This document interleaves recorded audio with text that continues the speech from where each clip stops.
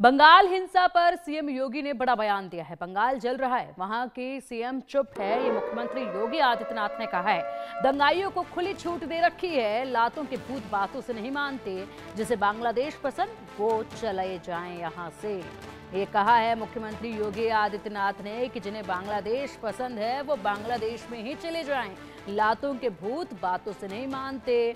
और इसी के साथ बंगाल हिंसा पर उन्होंने कहा कि पूरी तरीके से बंगाल जल रहा है, लेकिन वहां की मुख्यमंत्री चुप बैठी हुई हैं।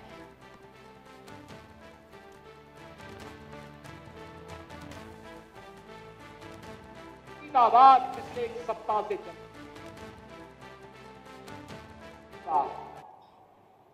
वहां की मुख्यमंत्री चुप है, दंगाइयों को शांति दूत कहती है। अरे लातों के भूत बातों से कहां मानने वाले हैं, लेकिन सेकुलरिज्म के नाम पर इन लोगों ने दंगाइयों को दंगा करने की पूरी छूट दे रखी है। पूरा मुर्शिदाबाद पिछले एक सप्ताह से चल रहा है, सरकार मौन है। बहनों और भाइयों, इस प्रकार की अराजकता पे लगाम लगनी चाहिए। आप देख रहे होंगे और चलिए अब खबर पर अधिक जानकारी के लिए हमारी सहयोगी निकिता जरीन हमारे साथ जुड़ चुके हैं। निकिता, बयान मुख्यमंत्री योगी आदित्यनाथ का सुना गया है। जिस तरीके से बंगाल में हिंसा हुई है उस पर उन्होंने खुलकर कहा है कि बंगाल जल रहा है, लेकिन वहां के मुख्यमंत्री चुप बैठी हुई हैं। लातों के भूत बातों से नहीं मानते, बांग्लादेश जिसको पसंद वो वहीं चला जाए। निश्चित तौर पर मुख्यमंत्री योगी आदित्यनाथ जिस तरीके से आज अपने हरदोई और आगरा दौरे पर है, आपको बता दें कि जनसभा संबोधित करने के दौरान उन्होंने फिर से बयानबाजी की है, जिससे कहीं ना कहीं एक तीर से दो निशाने लगाते नजर आए मुख्यमंत्री योगी आदित्यनाथ। ये तो उनका संबोधन सुनने के लिए दूर दूर से लोग आते हैं, और इसी कड़ी के बीच में जिस तरीके से उन्होंने बंगाल हिंसा पर एक बड़ा बयान दिया है, उन्होंने कहा है कि बंगाल जल रहा है, लेकिन फिर भी वहां के जो मुख्यमंत्री हैं वो चुप हैं, कोई एक्शन नहीं उनकी तरफ से। दंगाइयां जिस तरीके से शांति दूत कहती है, लातों के भूत बातों से नहीं मानेंगे, और बात सेकुलरिज्म के नाम पर जिस तरीके से दंगाइयों को खुली छूट दे दी है, डंडे से ये सभी जो लोग हैं वहां गुंडागर्दी कर रहे हैं, हिंसा कर रहे हैं, वो नहीं मानेंगे। और बांग्लादेश जिसको पसंद नहीं आ रहा है, जिसे बांग्लादेश पसंद हो वो वहां जाए। बांग्लादेश की हिंसा पर कहीं ना कहीं जो उन्होंने ये भी कहा कि कांग्रेस पार्टी की बात की जाए, समाजवादी पार्टी की बात की जाए, वो क्यों अभी तक चुप्पी साधे बैठे हैं। कोई भी ऐसी बातचीत होती है, कुछ भी चीजें होती है, तो सरकार की चाहे नीति हो चाहे पॉलिसी हो, ऑपोजिशन की बात की जाए तो नकारात्मक ऊर्जा फैलाने के लिए हमेशा से ऑपोजिशन रेडी होता है। लेकिन जिस तरीके से बंगाल में हिंसा हो रही है, बंगाल पूरी तरीके से जल रहा है, ना तो वहां के मुख्यमंत्री कोई स्टैंड ले रहे हैं और ना ही कोई भी बयानबाजी कांग्रेस और समाजवादी पार्टी की सरकार से देखने को मिल रही है। ये फिलहाल मुख्यमंत्री योगी आदित्यनाथ ने बंगाल हिंसा को लेकर के तमाम बातें की। ठीक है निकिता, बहुत शुक्रिया आपका इन तमाम जानकारियों के लिए। बढ़ेंगे आगे, बड़ा अपडेट अब सामने आ रहा है। मुर्शिदाबाद हिंसा पर एक और याचिका दाखिल की गई है। सुप्रीम कोर्ट में एक और याचिका दाखिल कर दी गई है। हिंसक घटनाओं की न्यायिक जांच की मांग की जा रही है। इसमें न्यायिक जांच की मांग की जा रही है याचिका में, और याचिका अब ये एक और दाखिल की गई है। इससे पहले भी याचिका दाखिल की जा चुकी है। हिंसक घटनाओं की न्यायिक जांच की मांग की जा रही है। मुर्शिदाबाद हिंसा और उसकी तस्वीरें, ये तस्वीरें देखिए, और बड़े अफसोस की बात, ये जो मुर्शिदाबाद में हिंसा हुई है, यहाँ पर जो तस्वीरें अभी तक सामने आई हैं उनमें जो बच्चे नजर आ रहे हैं, जो हिंसा करते लोग नजर आ रहे हैं, उनकी उम्र जो है वो महज 18, 20, 25 ये उम्र बताई जा रही है और दिखाई भी जा रही है तस्वीरों में। ऐसे में बड़े सवाल उठते हैं कि आखिरकार इन बच्चों को कुछ भी हकीकत नहीं मालूम है, फिर कौन इनको बरगलाने का काम कर रहा है, जिसके चलते इस तरह से ये अराजकता फैलाते घूम रहे हैं। बढ़ेंगे आगे, बंगाल में दक्षिण 24 परगना में हुई हिंसा में गिरफ्तारी हुई। पुलिस ने अब तक 9 लोगों को गिरफ्तार किया है। कल प्रदर्शनकारियों ने गाड़ियों में तोड़फोड़ की थी, आगजनी की गई थी, और इसी में 9 लोगों को अब तक गिरफ्तार किया जा चुका है।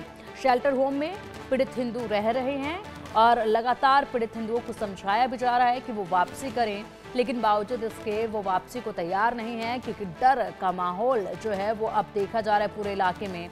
ऐसे में अब इन लोगों के अंदर एक डर बैठ चुका है कि इस बार तो जान बचा कर ये अपने घरों को आग के हवाले करके आ गए हैं, लेकिन ना जाने अगली बार क्या हो जब ऐसे हिंसा वहां पर दोबारा देखी गई। तो इसलिए लोग अपने घरों में वापस जाने को बिल्कुल भी तैयार नहीं है। अभी पश्चिम बंगाल सरकार पर स्वामी सच्चिदानंद का बड़ा बयान सामने आया है। स्वामी ने कहा है कि बंगाल में राष्ट्रपति शासन लगाने की मांग की। बंगाल के हालात बांग्लादेश और पाकिस्तान से बदतर हैं, ये कहा। बंगाल में हिंदुओं पर हो रहे हैं अत्याचार लगातार बंगाल से हिंदू पलायन को मजबूर हो चुके हैं।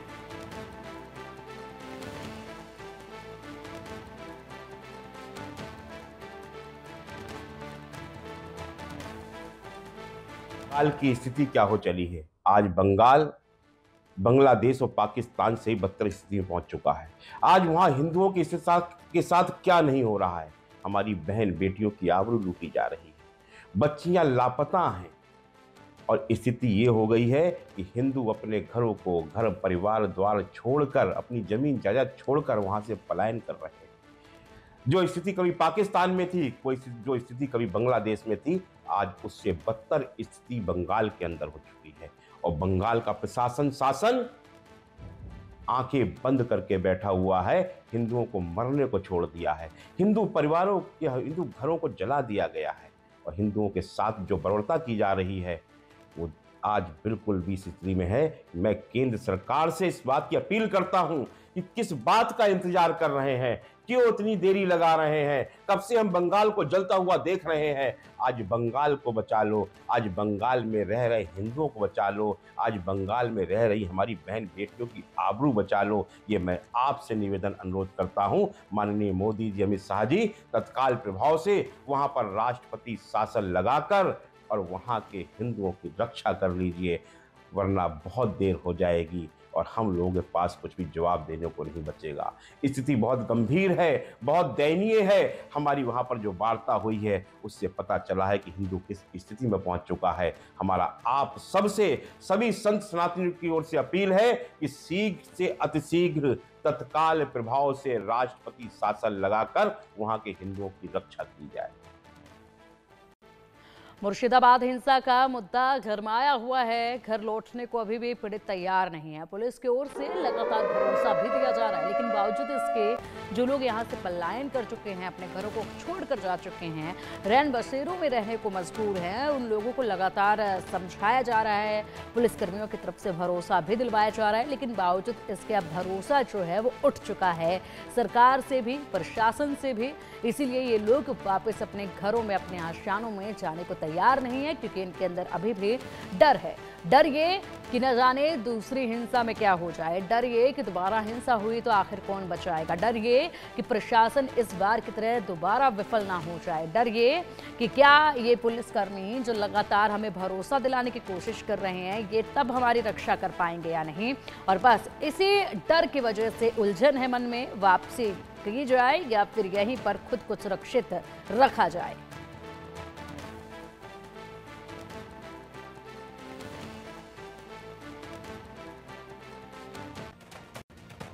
वक्त संशोधन कानून के खिलाफ पश्चिम बंगाल के मुर्शिदाबाद में हिंसा भड़की और हिंसा ने गंभीर रूप ले लिया। विरोध प्रदर्शन के बीच भड़की हिंसा में 3 लोगों की मौत हो गई, जबकि काफी लोग घायल हुए हैं।